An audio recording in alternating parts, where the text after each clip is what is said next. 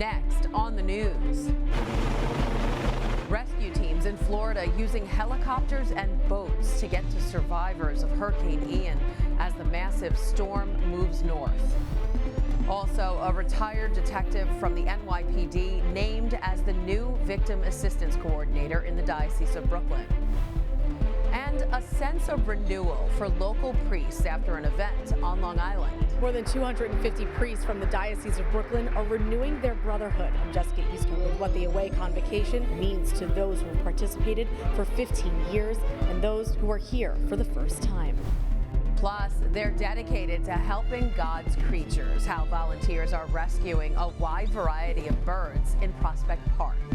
I'm Christine Persichetti. This special edition of Currents News starts right now.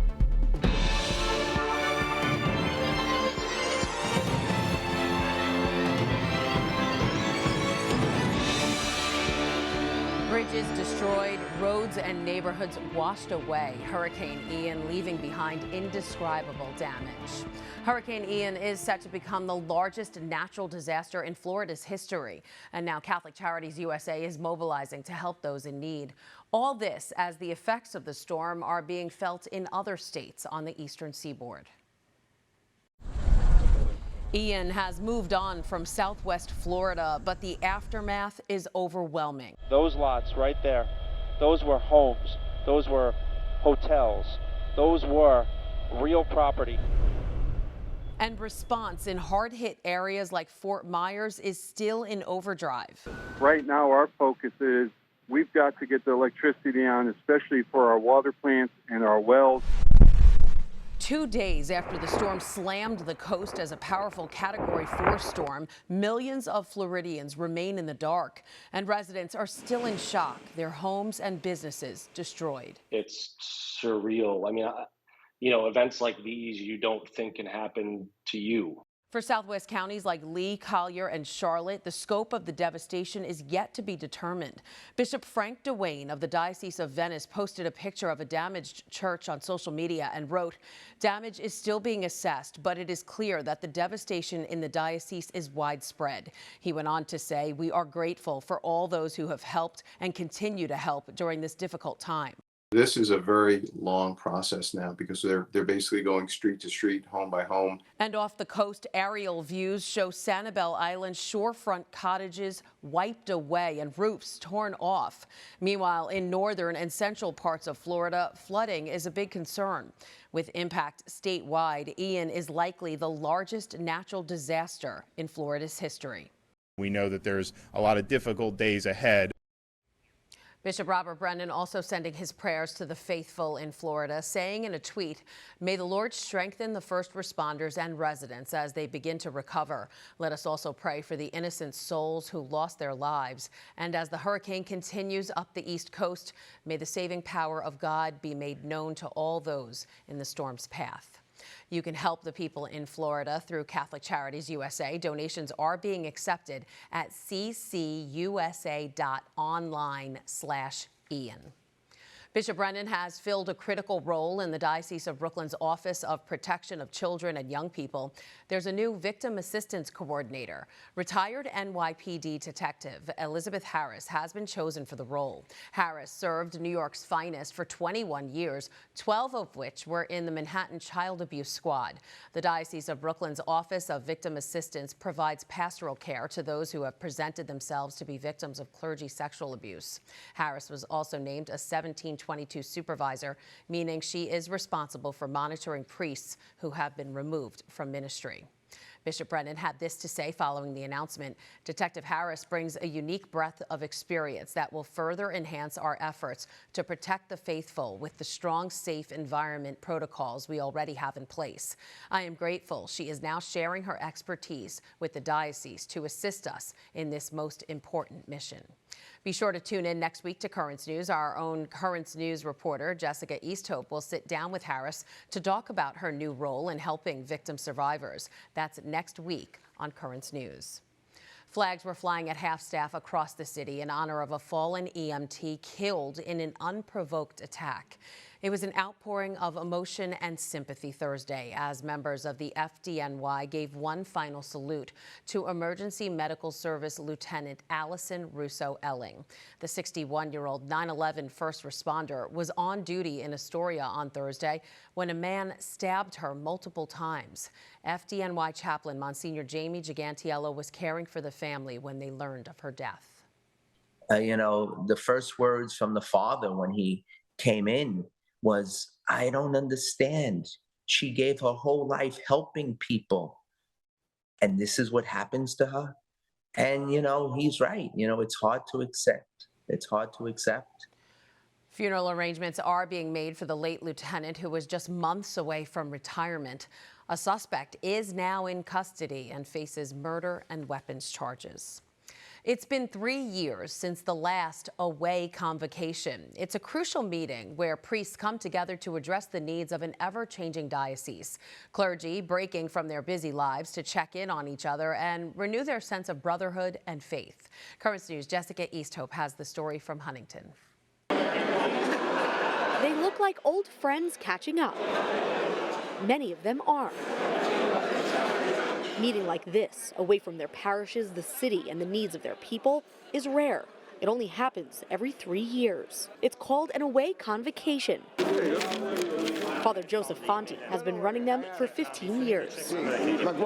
This time, more than 250 priests traveled to the Seminary of the Immaculate Conception for a chance to get back to the basics of priesthood, fraternity, and faith. Father Fonti says over the years, priests have been able to overcome generational and cultural divides. The younger guys realize, you know what, the older men are not that different. Similarly, with the cultural difference, they're coming from a different ethnicity or a different language experience, but same love for Jesus and his priesthood. The priests are broken up into 2 sessions over the week. On Wednesday, the groups overlap and come together for meals and a talk by Bishop Robert Brennan. We're unified as brothers in mission, that we share a common call, and God, in his providence, put us together on the same team.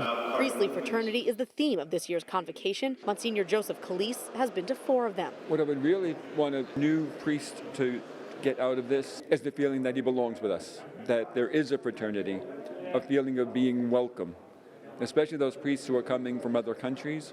But for others, like Father Elvin Torres, who was ordained last year, it's brand new. Their wisdom, their experience, I want to learn as much as I can because one day I will be there. The priests also heard a keynote speech from Monsignor James Shea, president of the University of Mary in Bismarck, North Dakota, and an author. The church has been rejected and replaced by a new vision. Priests need to be focused not upon just maintaining the way that we've always done things, but actually transforming strategically the way that we're proceeding. Father Fonti is looking to plan more events throughout the diocese and hopes to hold away convocations more often.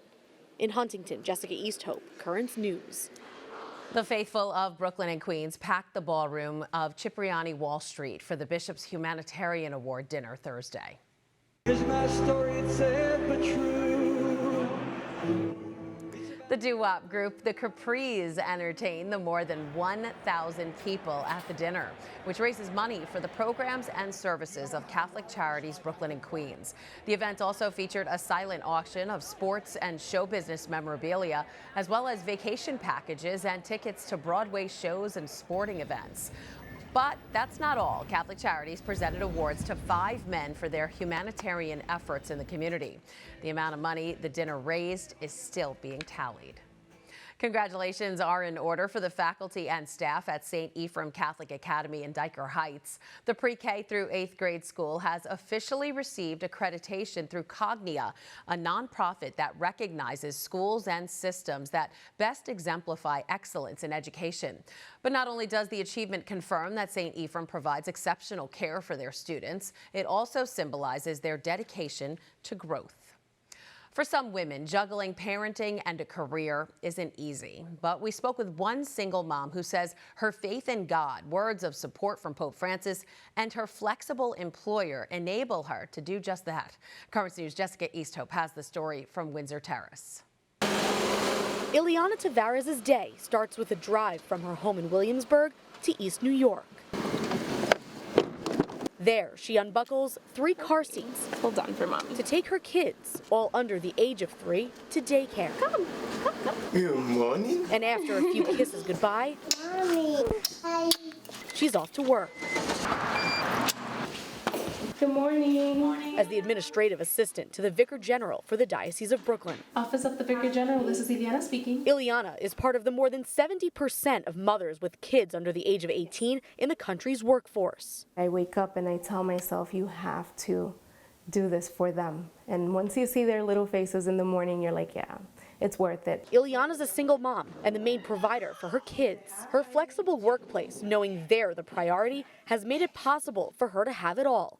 Career and family. They expect you to get your kid and to take care of your kid first, and then everything else comes second. During the pandemic's great resignation, 4.4 million Americans left the workforce. Among them, mothers who cited the financial burden of childcare, the gender pay gap, and lack of breastfeeding accommodation. They don't see that women are needed and that mothers specifically are needed in their place, and they are. For Ileana, working for the church has shed light on how much needs to change. For the last 70 years, birth rates have decreased worldwide, with a total 50% decline. Pope Francis said the alarming reality many women face is that their jobs will be in jeopardy, or they won't be able to continue working after they give birth. The Holy Father said the solution is a more supportive and tolerant work environment. With Pope Francis, it makes me feel like someone is listening to us, to our cries as mothers. Help, we need to work. Ileana feels empowered in both of her roles and wants her example to do just that for others. I think I'm being a role model to mothers that think that is not possible. I hope I am. It's hard, but it's doable. When she's at work, she's able to be laser focused. And every minute is another one closer to when her next job as a mom begins. In Windsor Terrace, Jessica Easthope, Currents News. It was a Capitol Hill hearing that turned into a conflict. A Planned Parenthood doctor told a House hearing Thursday that men can get pregnant. That prompted one Republican to give the licensed physician a high school biology lesson.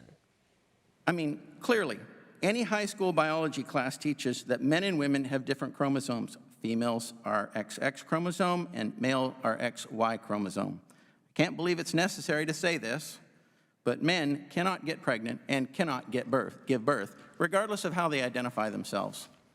Dr. Bhavik Kumar was testifying at a House Oversight and Reform Committee hearing to discuss how restricting abortion access could cause harm to patients. The hearing also focused on the potential impact a nationwide 15-week abortion ban could cause for women and doctors. There's a lot more news headed your way. Russia officially annexing several territories in Ukraine, what it means for the war.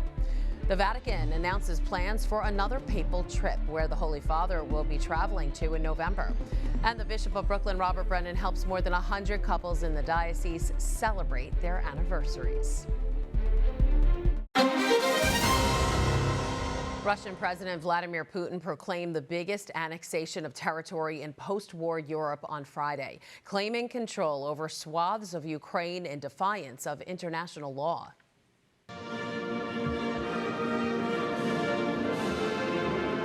The Russian leader's announcement, made in a formal speech at the Kremlin Friday, comes after 4 Russian-occupied regions of Ukraine voted in favor of joining the Russian Federation. The referendum has been widely dismissed as a sham by Ukraine and Western nations, but Putin claims it reflects the will of millions. We are signing an agreement about joining Donetsk and Luhansk People's Republic, Zaporozhye region and Kherson region. I'm sure that our legislative body will approve accepting the 4 new subjects of the Russian Federation because it is a will of millions of people. In response to the Kremlin's declaration, the U.S. and its G7 allies have announced further sanctions against Russia. More than 200,000 people have now fled from Russia since President Vladimir Putin announced a partial mobilization of the country's citizens. They're venturing into Georgia, Kazakhstan, and other countries. Melissa Bell spoke to Russians along the Georgian-Russian border. The pass too narrow for the sheer numbers trying to flee. It's been more than a week since President Vladimir Putin announced the partial mobilization. For many, that's how long it's taken to get here. Everything is fine, says 10-year-old Grisha, whose father explains he didn't want to pick up a gun just to live in peace with his family. But first, they had to get through a traffic jam 12 miles long. Impressive even from space, but horrendous for those trying to get through the gorge and its tunnels. On foot for some, but most packing their families into cars as soon as they heard they might have to go to war. Arriving at last through the Lars crossing and into the safety of Georgia. The feeling? Freedom, says Evgeny, an indescribable feeling. For 5 days, we didn't know if they would release us from Russia or not. This family spent more than a week getting here from Dagestan. Abdullah Islamov says the men there are being rounded up whether or not they're eligible to fight. Nobody attacked Russia, he says. Acting out of oligarchic ambitions, they found some so-called neo-Nazis in Ukraine. Let the oligarchs go to war first. In the meantime, Abdullah says he'll keep his sons on the Georgian side of the border so they can live and take care of their own. That was Melissa Bell reporting. Some of the people at the border say they have spent days stuck on the roads just trying to leave Russia. During Wednesday's general audience, the Holy Father reported on the horrors the Ukrainians have been enduring. This after he spoke with the Apostolic Almoner, Cardinal Konrad Krzyzewski, who recently returned from the war-torn country. Stamattina ho potuto parlare col Cardinal Krajewski, che era del rientro da Ucraina e mi ha raccontato cose terribili. Pensiamo all'Ucraina e preghiamo per questo popolo martoriato. This was Cardinal Krzyzewski's fourth trip to Ukraine on behalf of the Holy Father, and perhaps his most dangerous. The Cardinal says someone shot at him while he was loading supplies into a van. While there's still no word on if the Holy Father will ever visit Ukraine, the Holy See has confirmed a trip to the Kingdom of Bahrain. Francis will visit the Muslim island nation in the Persian Gulf from November 3rd to the 6th. The Vatican has not published any details on the journey, but said the pontiff will visit 2 cities there, Manama and Awali. Pope Francis will be the first pope to visit Bahrain. Now to some shining examples of what marriage is all about. There was a huge anniversary celebration for more than 110 couples in the diocese last weekend who said "I do" all over again, promising to love and honor each other just as they did on their wedding day. Bishop Robert Brennan said he was proud to help them renew their vows. I will love you and honor you all the days of my life. They've said the words before, now they're saying them again. More than 100 couples renewing their wedding vows all at the same time. The special milestone anniversary mass was held Saturday at Resurrection Ascension Church in Rego Park. In today's world, you living faithful,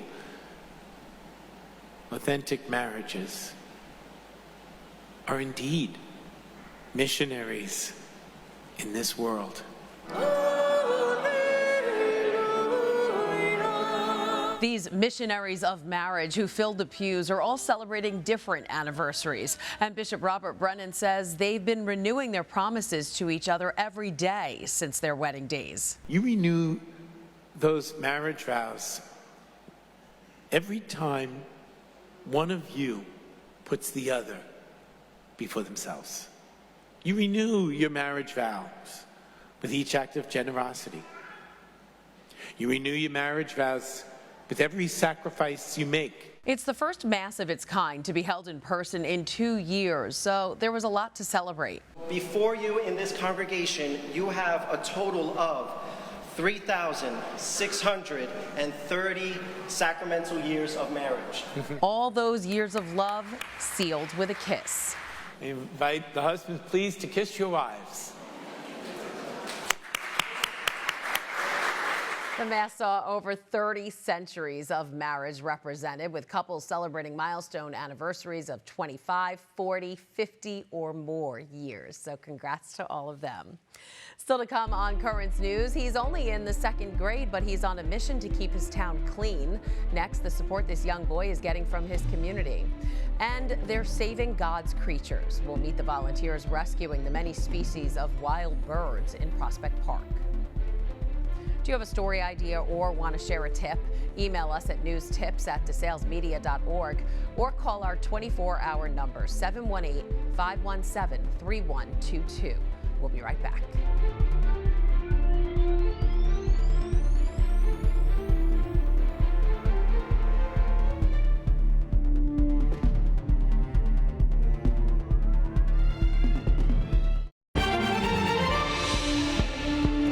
Soccer and video games are typical hobbies for most 2nd graders, but for one Wisconsin boy, cleaning up his town comes first, and his reasoning is simple.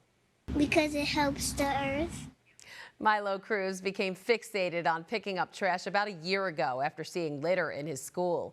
Since then, he's picked up so much that his mother posted on Facebook looking for a used wagon to haul the trash. And lucky for them, the owner of a nearby Firehouse Subs quickly responded. We made arrangements for him to come into the restaurant, and we talked a little bit about it. And so we got him a wagon, and I said it would be kind of nice if we were to have some sort of graphics on the side of it. Please don't litter.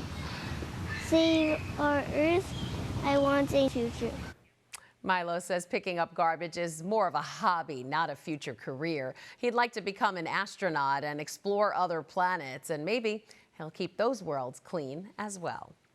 Now to a story of a group of volunteers in the Diocese of Brooklyn who are determined to keep Prospect Park clean.